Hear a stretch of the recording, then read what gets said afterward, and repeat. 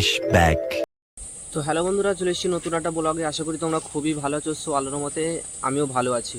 আজকে আমরা যেতে চলেছি আমতা হাওড়া। তো ওখানে আসছেন ভাঙড়ের বিধায়ক পীরজাদা নওশাদ সিদ্দিকী ভাইজান। তো ভাইজান আসছে মানে জানেন যে প্রচুর মানুষের ভিড় হবে। আর আপনারা নিশ্চয়ই ভাইজানের ভালোবাসেন বলে ভিডিওটা দেখছেন। তো সেই ভালোবাসার মানুষদের কাছে আমার একটাই আবদার এবং তাদের কাছে একটাই চাওয়া যে যারা এখনও সাবস্ক্রাইব করেনি সাবস্ক্রাইব করো। আর তোমরা কোন এলাকা থেকে দেখছো, যেমন আমি এই যে ভিডিওটা করছি ভাঙড় থেকে, আপনারা কোথা থেকে দেখছেন কমেন্ট করে জানাবেন। তো চলো ওখানে গিয়ে কি হয় আপনাদেরকে দেখাবো। তো ফুল ভিডিওটা দেখতে থাকো। A few moments later.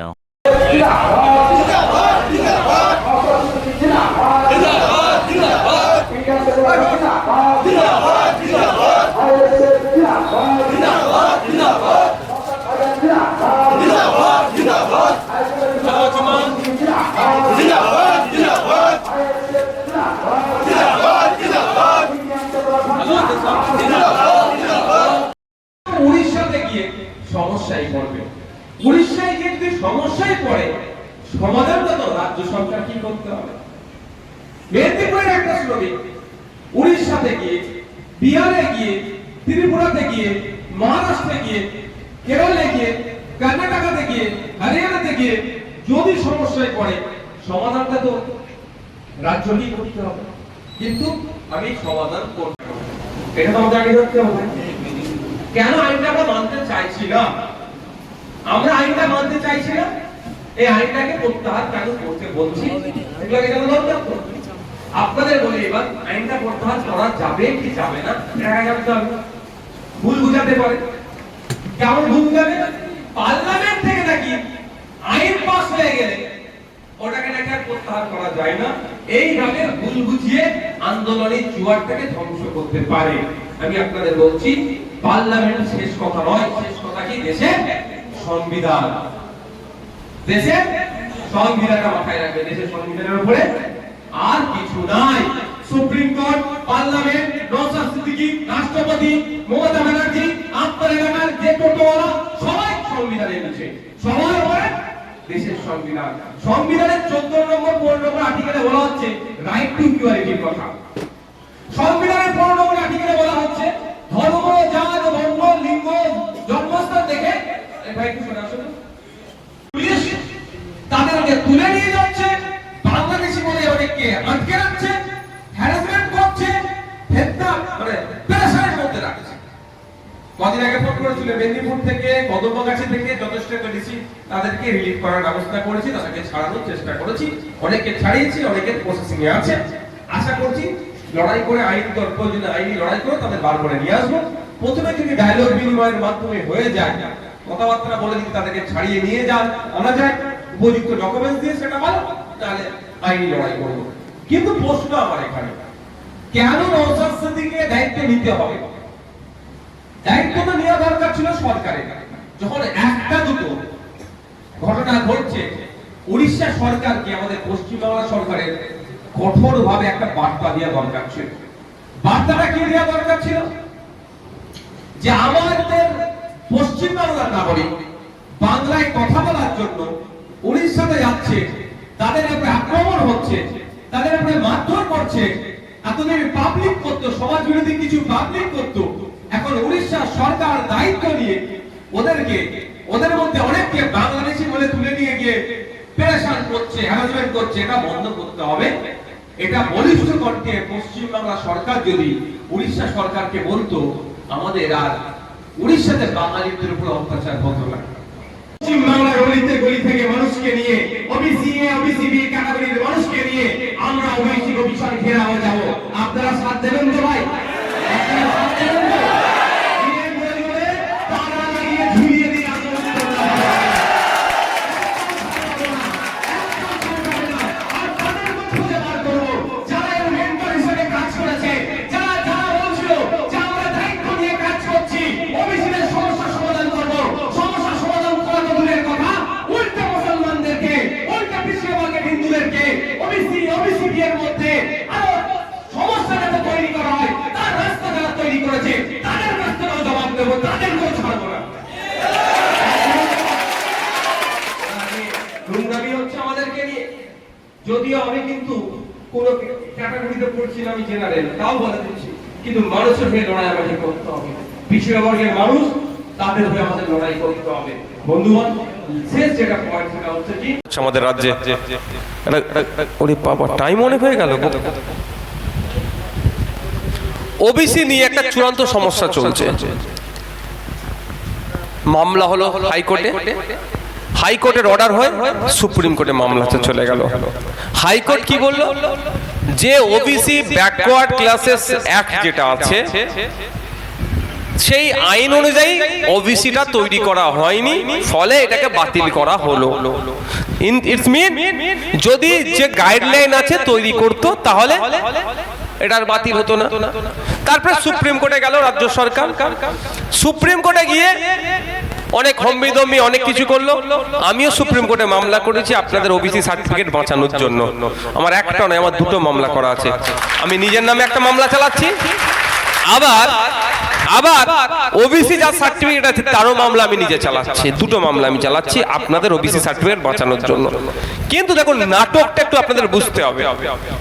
কিছুদিন পরে দেখলাম হঠাৎ এই কতদিন আগে বিধানসভাতে মমতা ব্যানার্জি একটুখানি ঘোষণা করে দিলে এই করেছি হ্যান করেছি বলে ছেড়ে দিল। তারপরে শুভেন্দু অধিকারী চিৎকার চেঁচামেচি করছে, মুসলমানদের সব দিয়ে দিল, মুসলমানদের সব দিয়ে দিল, মুসলমানদের সব দিয়ে দিল। শুভেন্দু অধিকারী মুসলমানদের সব দিয়ে দিল যখন বলে চিল্লাচ্ছে, আমার একটু সন্দেহ হলো যে তৃণমূল মুসলমানদের ভালো করবে। বিশ্বাস করুন, ঠিক যেমন বিজেপি মুসলমানদের ভালো কোনোদিন করবে না, বিজেপি গরিব হিন্দুদের ভালো কোনোদিন করবে না, ঠিক একই ভাবে তৃণমূল মুসলমানদের ভালো করবে। কারণ তৃণমূলের আমলে মুসলমানরা সব থেকে বেশি ক্ষতিগ্রস্ত। স্বাধীনতার পর থেকে পশ্চিমবাংলায় অনেক শাসন করে গিয়েছে, কিন্তু সব থেকে বেশি ক্ষতিগ্রস্ত, সব থেকে বেশি ধ্বংস হয়েছে তৃণমূলের আমলে। আমি দায়িত্ব নিয়ে দেখিয়ে দিতে পারি। এই মুহূর্তে পশ্চিমবাংলার জেলগুলিতে 25,000-এর মতো কয়েদি আছে, 3,000 আছে ফরেনার বিদেশি লোক, 22,000 পশ্চিমবাংলা বা অন্য রাজ্যের নাগরিক, ভিন্ন রাজ্যেরও যারা ক্রাইম করে। তার মধ্যে কম করে 15,000 পশ্চিম বাংলার মুসলমান। ওই 15,000-এর মধ্যে আমি আপনাদের বলতে পারি 10,000 নির্দোষ মুসলমানকে মমতা ব্যানার্জি সরকার ভরে রেখেছে। একটা উদাহরণ দিচ্ছি, আর একটা উদাহরণ দেবো, গায়ে লেগে যেতে পারে। দেবো একটা। 15 বছর শাসন, 14 বছর চলছে, নতুন স্কুল কারো বুথে হলে বলবেন একটা শিক্ষা প্রতিষ্ঠান, কিন্তু আমি বলতে পারি লিগাল মদের দোকান বুথে বুথে করে দিয়েছে মমতা ব্যানার্জির আমলের সরকারে। তাহলে এরকম অনেক উদাহরণ আছে, সময় স্বল্প, অনেক বকে ফেললাম অন্য একটা বিষয় নিয়ে। তাহলে 15 বা 14 বছরে স্বাধীনতার পর থেকে সব থেকে বেশি ক্ষতিগ্রস্ত মুসলমানরা এই তৃণমূলের আমলে হয়েছে। আর দেশ স্বাধীনের পর থেকে সারা দেশের হিন্দুরা যতটা না ক্ষতিগ্রস্ত হয়েছে 2014 থেকে 2025 11 বছরে বিজেপির আমলে হয়েছে। আমরা তো হয়েছি, আমার হিন্দু ভাইরা হয়েছে বিজেপির আমলে।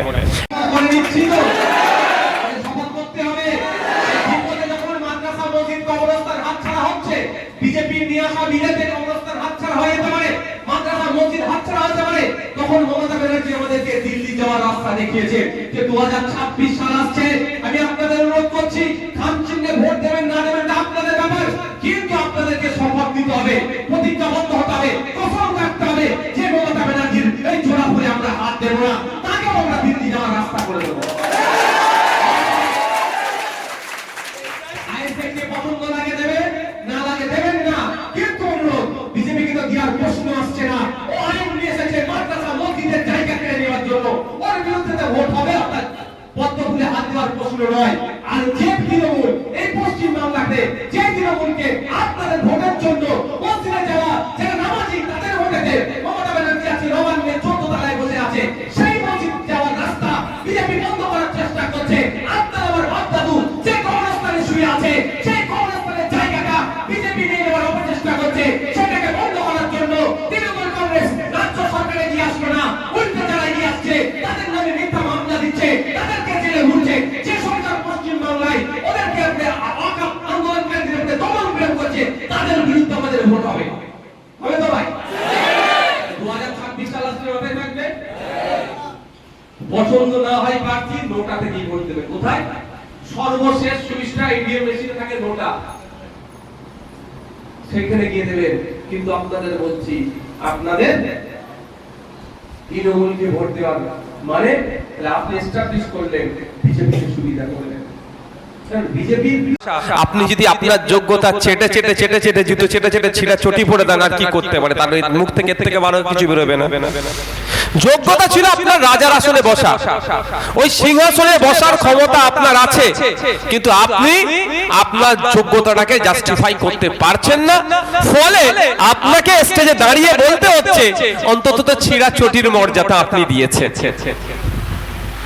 আমার আগে ডাক্তার বলছিলেন, একটা আফতাব বলছিলেন একটা বক্তব্যে, শুনেছেন আপনারা, যে পশ্চিমবঙ্গ সমগ্র শিক্ষা মিশনের একটা নোটিফিকেশনে বলা হচ্ছে যত মিড ডে মিল যে সমস্ত বিদ্যালয়গুলোতে স্কুলগুলো থেকে দেওয়া হয় তাদের কাছে একটা নোটিশ করা হচ্ছে, স্টেটের যিনি ডাইরেক্টর, পশ্চিমবঙ্গ সমগ্র শিক্ষা মিশনের যিনি ডাইরেক্টর, তিনি নির্দেশনা দিচ্ছেন যে স্কুলের আশেপাশে, এই যে এখানে মিড ডে মিল নাই তো, এই স্কুলের আশেপাশে যে কুকুরগুলো থাকবে বা কুকুরের বাচ্চাগুলো থাকবে একবেলা তাদেরও খাবার দিতে হবে।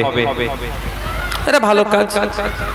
যদি আলাদা একটা দপ্তর আছে, প্রাণী সম্পদ বিকাশ দপ্তর আছে, সেই দপ্তরের মাধ্যমে অনেক কিছু স্ট্রিট যারা ডগ আছে বা এদের অনেক ব্যবস্থা থাকে, সেইগুলো এরা খেয়ে নেয়। আমি একটা বক্তব্য অনেক আগে দিয়েছিলাম যে এরা কুকুরের খাবারও ছাড়ে না। আমি এটাও আপনাদের বলছি, আজকে বলে যাচ্ছি, এটাও আগামী দিনে আসবে যে এই মিড ডে মিলে দুর্নীতি হয়েছে, তৃণমূলের নেতারা কুকুরের খাবারও ঝেড়ে দিয়েছে, দেখবেন মিলিয়ে নেবেন, মিলিয়ে নেবেন। আজকে রেকর্ড করে রাখুন, মিলিয়ে নেবেন, আসবে। এই যা হচ্ছে, যা প্রকল্প ঘোষণা হয়, তৃণমূলের বন্ধুদের মনে লাড্ডু ফোটে। দেখবেন যখন বলে অমুক ঝড় আসছে তমুক ঝড় আসছে, আমরা আতঙ্কিত হয়, যে যার মতো, কেউ ভগবানকে ডাকে, কেউ আল্লাহকে ডাকে, যীশু খ্রিস্টকে ডাকে, বা যে যার মতো ডাকি, কি আল্লাহ বিপদ আপদ থেকে রক্ষা করো উপকূল তীরবর্তী মানুষদেরকে। এই নদী, মেদিনীপুর, পূর্ব মেদিনীপুর, উত্তর চব্বিশ পরগনা, এই সমস্ত হাওড়ার এই দিকটা বারবার চাই, কিন্তু আমার তৃণমূলের বন্ধুদের মনে লাড্ডু ফুটে। কেন? ঝড় হবে, তুফান আসবে, কি হবে? তিরপল হবে, চাল ডাল আসবে, যেগুলো যা হবে প্রাকৃতিক বিপর্যয়ে বাড়ি ভেঙে গেলে ক্ষতিপূরণ পাওয়া যায়। কাঁচা বাড়ির জন্য একটা ক্ষতিপূরণ, পাকা বাড়ি ভেঙে গেলে তার জন্য ক্ষতিপূরণ। এই সো আজকের এই ছোট্ট ব্লগটা কেমন হচ্ছে কমেন্ট করে জানাবেন, আর যারা কোনো সাবস্ক্রাইব করেন ভিডিওকে বেশি বেশি করে শেয়ার করো আর কমেন্ট করে জানাও কেমন হয়েছে ভিডিওটা।